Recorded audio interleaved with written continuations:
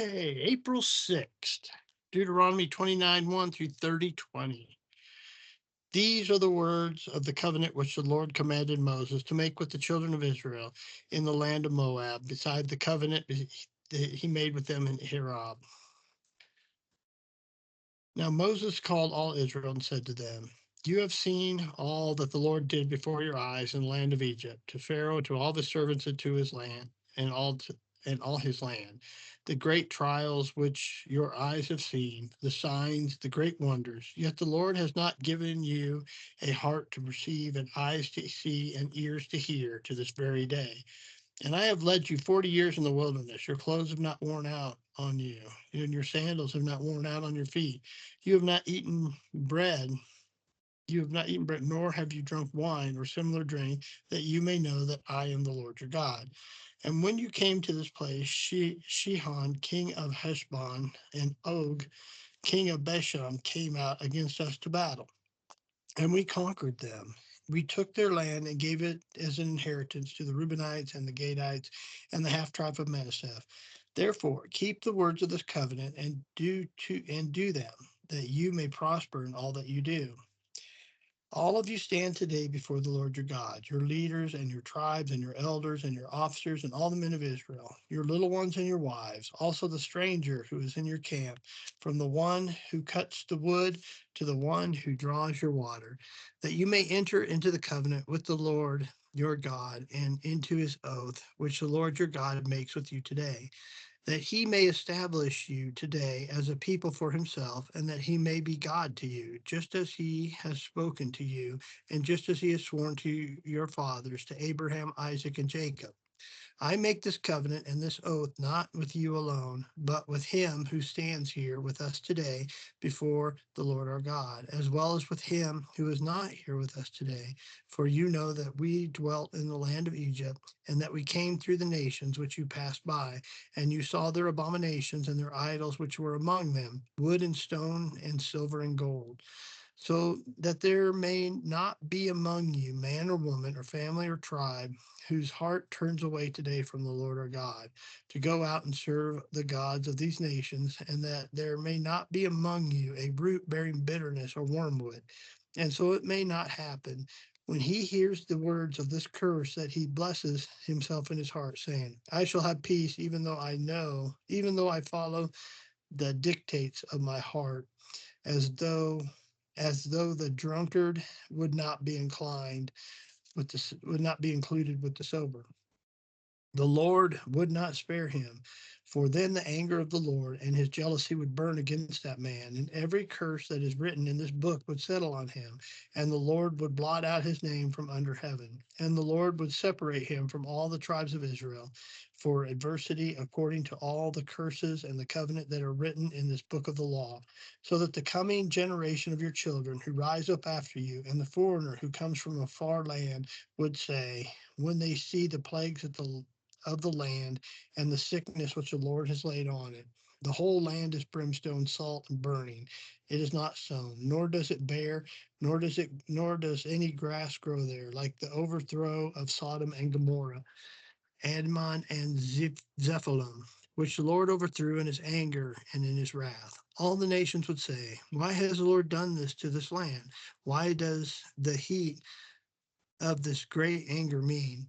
Then the people will say, well, because they have forsaken the covenant of the Lord God of their fathers, which he made with them when he brought them out of the land of Egypt. For they went and served other gods and worshipped them, gods they did not know, and that he had not given to them.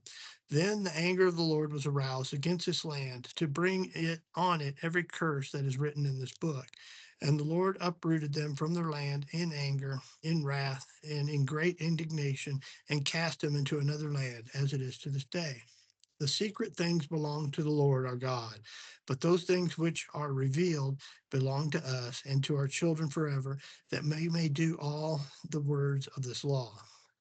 Now it shall come to pass, when all these things come upon you, the blessings and the curse which I have set before you, and you call them to mind among all the nations where the Lord your God drives you, and you return to the Lord your God and obey his voice, according to all that I command you today, you and your children, with all your heart and with all your soul, that your Lord your God will bring you back from captivity and have compassion on you, and gather you again from all the nations where the Lord your God has scattered you.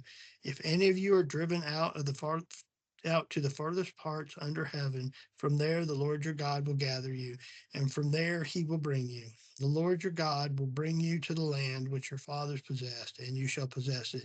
He will prosper you and multiply you more than your fathers. And the Lord your God will circumcise your heart and the heart of your descendants, to love the Lord your God with all your heart and with all your soul, that you may live. And the Lord your God will put those curses on your enemies and on those who hate you, who persecuted you, and you will again obey the voice of the Lord and do all his commandments, which I command you today. The Lord your God will make you abound in all the works of your hand, the fruit of your body, and the increase of your livestock, and in the increase of your livestock, and in the produce of the land for good. For the Lord again will rejoice over you for good, as he rejoiced over your fathers, if you obey the voice of the Lord your God, to keep his commandments and his statutes, which are written in the book of the law, and all and if you turn to the Lord your God with all your heart and with all your soul. For this commandment, which I command you today, is not too mysterious for you, nor is it far off. It is not it is not in heaven, that you should say, who will ascend into heaven for us and bring it to us, that we may hear it and do it. Nor is it beyond the sea, that you should say, who will go over the sea for us and bring it to us, that we may hear it and do it. But the word is very near you, in your mouth and in your heart, that you may do it. See, I have set before you today life and good, death and evil. In that I command you today to love the Lord your God, to walk in his ways, and to keep his commandments, his statutes, and his judgments, that you may live and multiply, and the Lord your God will bless you in the land which you go to possess. If your heart turns away so that you do not hear and are drawn away and worship other gods and serve them, I announce to you today that you shall surely perish. You shall not prolong your days in the land which you cross over the Jordan to go into possess. I call heaven and earth as witness today against you, that I have set before you life and death, blessing and cursing. Therefore choose life, that both you and your descendants may live, that you may love the Lord your God, that you may obey his voice, and that you may cling to him. For he is your life and the length of your days, that you may dwell in the land which the Lord swore to your fathers, to Abraham, Isaac, and Jacob, to give them. Okay. Luke 11:37 through 12:7. As he spoke, a certain Pharisees asked him to dine with him. So he went and sat to eat. When the Pharisees saw it, he marveled that he had not first washed before dinner.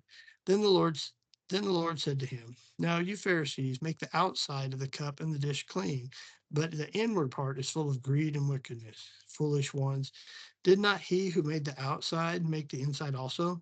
But rather give alms of such things as you have, then indeed all the things are clean to you.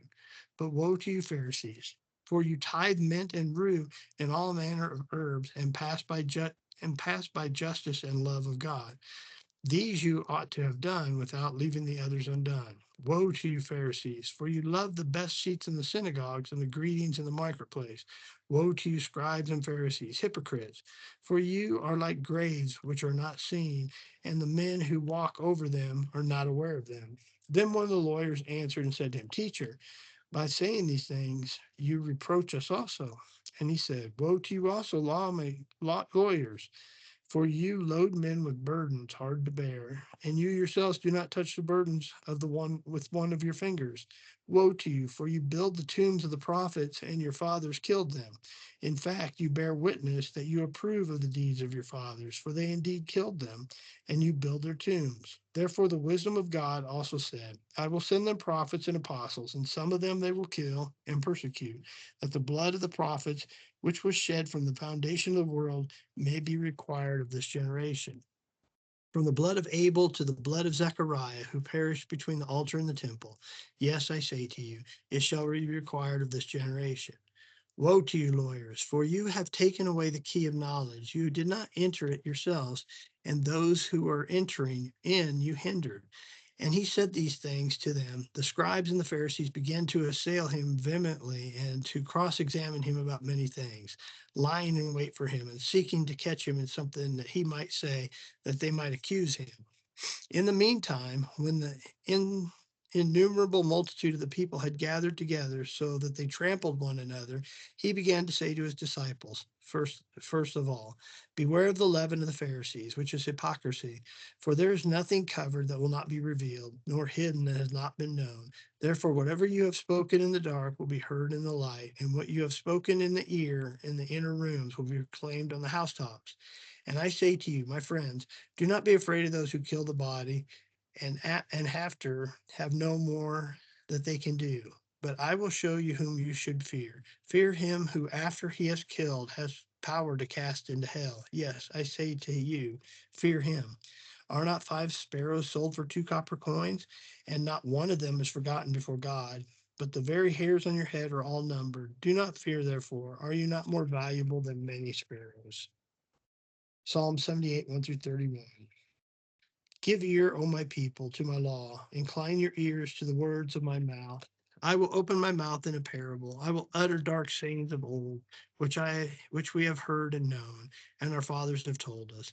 We will not hide them from our children, from their children, telling the generation to come the praises of the Lord and his strength and his wonderful works that he has done. He has established a testimony in Jacob and anointed the law in Israel, which he commanded to our fathers, that they should make them known to their children, that the generation to come might know them, the children who would be born, that they might arise and declare to them, to their children, that they may set their hope in God and not forget the works of God, but keep his commandments, and may not be like their fathers, a stubborn and rebellious generation, a generation that did not set its heart all right, and whose spirit was not faithful to God. The children of Ephraim, being armed and carrying bows, turned back in the day of battle. They did not keep the covenant of God. They refused to walk in his law and forget his works and his wonders that he has shown them. Marvelous things he did in the sight of their fathers, in the land of Egypt, in the field of Zon. He divided the sea and caused them to pass through, and he made the waters stand up like a heap. In the daytime, he also led them with the cloud, and with the night, with the light of fire. He split the rocks in the wilderness and gave them drink in abundance like the depth. He also brought streams out of the rock. He caused waters to run down like rivers. But they sinned even more against him by rebelling against the Most High in the wilderness. And they tested God in their heart by asking for food of their fancy. Yes, they spoke against God. They said, can God prepare a table in the wilderness? Behold, he struck the rock so that the waters gushed out and the streams overflowed. Can he give us bread also? Can he provide meat for his people? Therefore the Lord heard this and was furious. So a fire was kindled against Jacob, and his anger came up against Israel, because they did not believe in God and did not trust in his salvation. Yet he had commanded the clouds above. He opened the doors of heaven. He rained down manna on them to eat and given them bread of heaven. Men ate angels' food. He set them food to the full. He caused an east wind to blow in the heavens, and by his power he brought the south wind. He also rained meat on them like dust, feathered fowl like the sand of the seas. And he let them fall in the midst of their camp, all around their dwellings. So they ate and were well filled. And he gave them their own desire. They were not deprived of their craving. But while their food was still in their mouths, the wrath of God came against them and slew the stoutest of them and struck down the choice men of Israel. Proverbs 12:19 through 20. The truthful lip shall be established forever, but a lying tongue is but for a moment. Deceit is in the heart of those who devise evil, but the counselors of peace have joy. Okay. See y'all tomorrow.